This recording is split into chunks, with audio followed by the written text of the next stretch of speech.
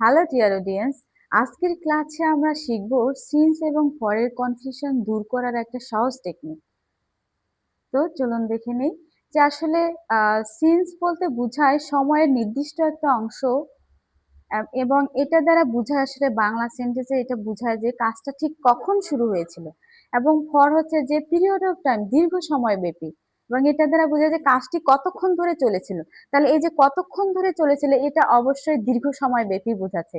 আর যখন সিন্সের ক্ষেত্রে বলে যে কাজটা ঠিক কখন শুরু হয়েছিল, অর্থাৎ সময়ের নির্দিষ্ট খণ্ডিত একটা অংশ, তাহলে এই যে আমরা বলি যে সে সকাল থেকে পড়তেছে, তাহলে she has been reading since morning. তাহলে এই যে সিন্স এবং ফর মনে রাখার সহজ টেকনিক হচ্ছে, সিন্স মূলত ব্যবহার করা হয় যে আমরা যখন কোনো সময় ক্যালেন্ডার অথবা ঘড়িতে সরাসরি দেখতে পারি, সেই ক্ষেত্রে হবে সিন্স।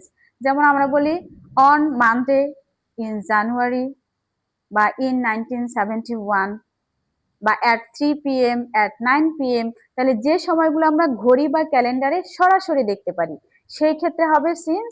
এবং ফরের ক্ষেত্রে হবে কার্ডিনাল নাম্বার প্লাস টাইম, অর্থাৎ আমরা বলি না যে তিনি এত সময় ধরে 10 বছর ধরে এখানে বসবাস করতেছেন, অর্থাৎ he has been living here for 10 years.